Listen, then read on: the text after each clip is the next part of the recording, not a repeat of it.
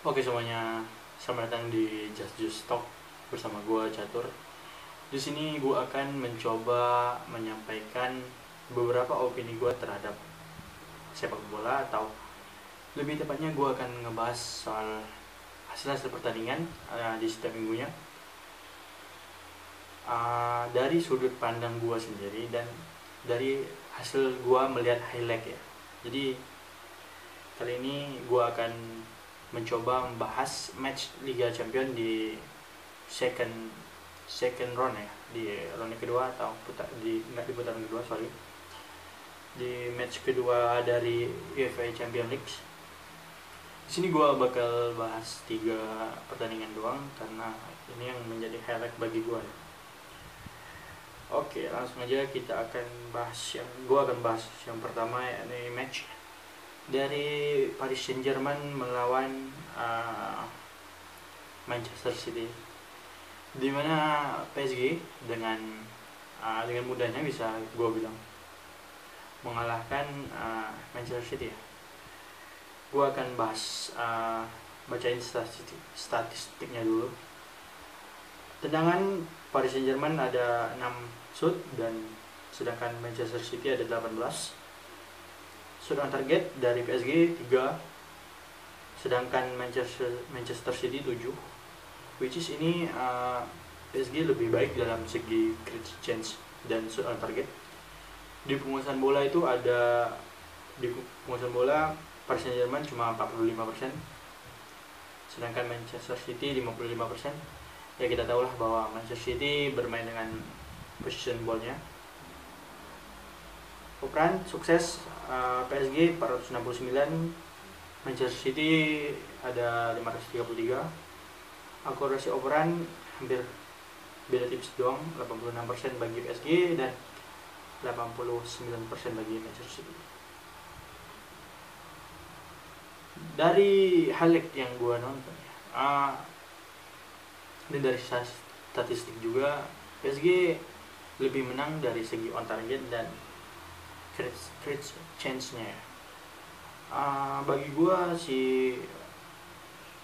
squad Manchester City bersama Pep Guardiola terlalu buang peluang. Ada satu peluang penting saat Bernardo Silva gagal menggol bola muntah dari tandukan Sterling apa Gabji ya, gue lupa. Pokoknya itu ada satu peluang yang mana bukan dari save-nya Donnarumma juga, tapi membentur tiang lalu ke Bernardo Silva. Itu Bernardo Silva ngesut ke arah tiang dan coba diambil oleh Sterling, dan Sterling melakukan hal yang dia biasa lakukan, diving. Terus gue happy banget karena Messi nyikor kali ini, tolong mantan pelatihnya Guardiola. Wancu yang sangat bagus menurut gue antara Messi dan Mbappe. Terus gue juga suka sama gol dari Idrissa Gana Gueye ya. Dia pintar memanfaatin bola muntah dari hasil sepakan Neymar yang nggak mengenai bola, lalu dicoba di-shoot oleh Idrissa Gana Gueye ke pojok kanan kiri gawang dari Ederson, dan itu gol. Ya kalau gue udah lihat di highlight ya, walaupun PSG shoot on targetnya lebih sedikit daripada City, yakni 18 kali shoot, sedangkan PSG 6. Ini sangat jauh bedanya, tapi si PSG bersama Mauricio Pochettino lebih apa ya, bisa gue bilang lebih unggul, karena dari 6 ada 6 shoot, ada 3 on target dan 2 berbuah gol. Ini lebih baik ketimbang City yang melakukan 18 tendangan namun cuma 7 yang on target dan 0 gol. Gue nggak tahu apa yang terjadi sama City, apa karena mereka unlucky aja hari ini, unlucky. Kita ke match selanjutnya, ada Milan yang diobok-obok sama Atletico Madrid ya.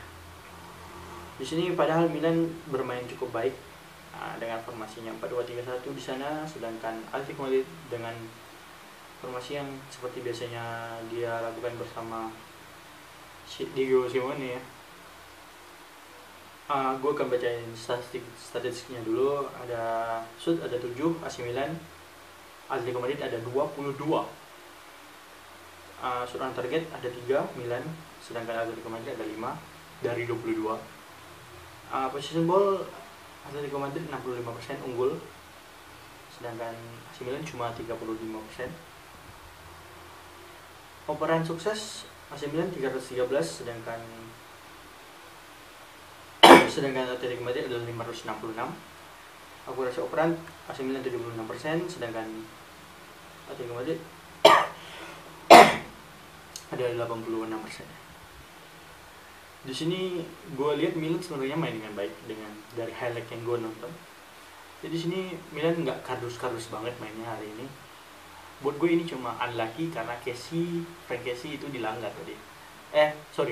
Bukan dilanggar, tapi dia melanggar dan dikenain kartu kuning kedua. Hanya bermain beberapa menit lalu dikasih kartu kuning kedua oleh wasit. Dari sudut pandang gue sendiri itu nggak layak kalau diberi kartu kuning kedua lalu kartu merah. Itu it's okay itu pelanggaran. It's good for pelanggaran maksudnya. Tapi lu sebagai wasit harusnya lu bisa menahan memberikan kartu kuning.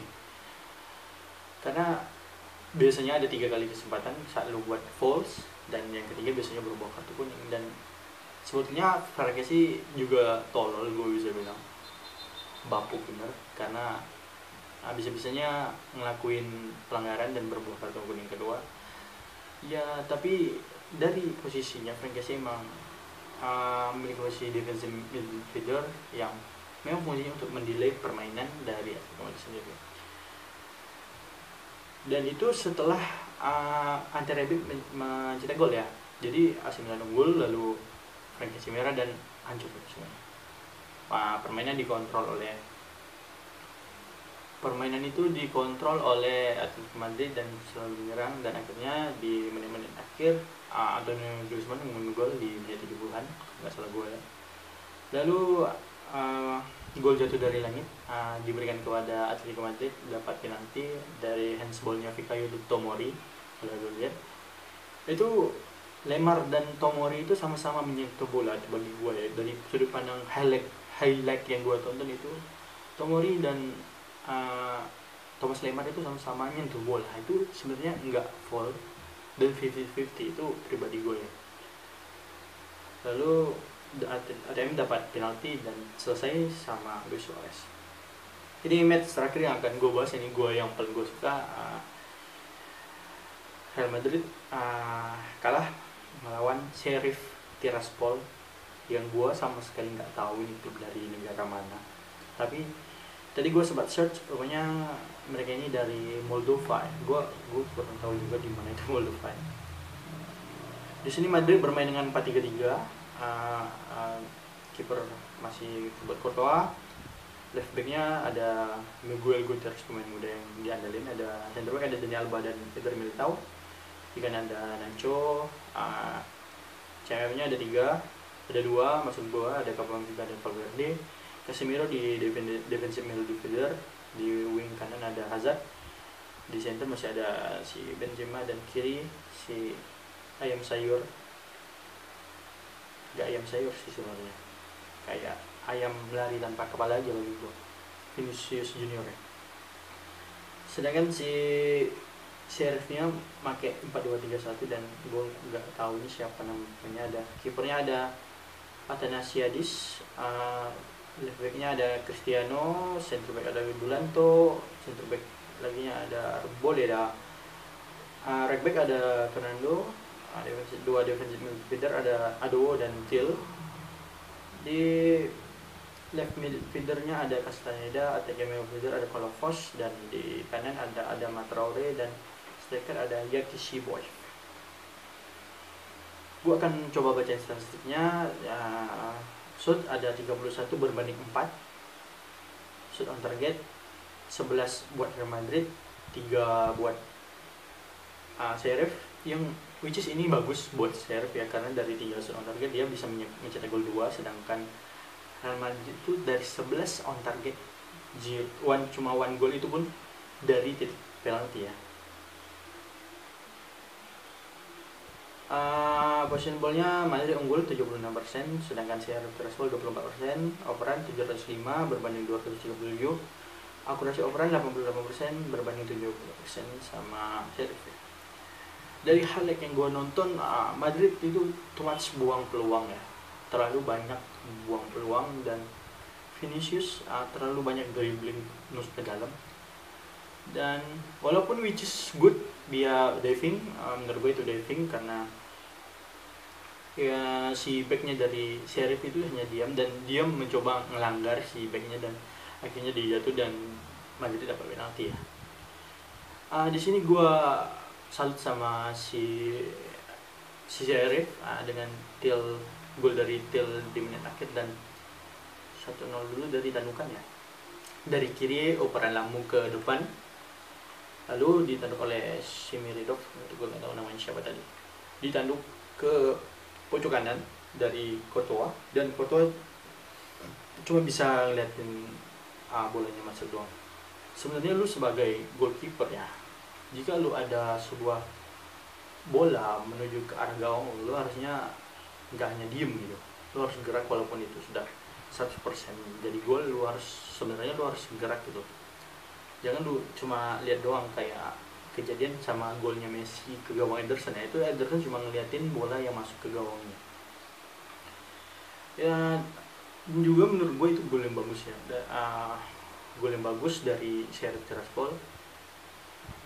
Sedangkan Madrid terlalu banyak buang peluang, namun akhirnya walaupun dapat 1 gol ya, mereka di menit 89 itu sempat lalai, dan dimanfaatin dengan baik oleh Sheriff, dan akhirnya Til langsung shooting efek ke kiri gawang, dan nggak bisa ditepis oleh Courtois ya.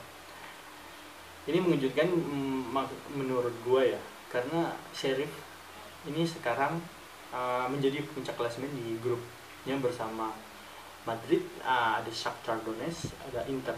Mereka sekarang masih menjadi juara grup, memimpin klasemen di grup dengan 2 kali kemenangan. Sedangkan Inter tadi bermain hanya 0-0. Liverpool juga menang 5-1. Liverpool menang 1-5 dari Porto. Bukan Salzburg, tapi Leipzig itu kalah dari Club Brugge 1-2. Sedangkan Dortmund hanya menang 1-0 dari lawannya, kalau nggak salah siapa tadi ya? Porto. Sporting Lisbon hanya 1-0. Ajax menang 2-0 dari Besiktas. Oke, jangan lupa tonton video ini. Nanti selanjutnya di tiap minggunya gue akan buat Just Juice Talk lagi pastinya. Terima kasih dan thanks.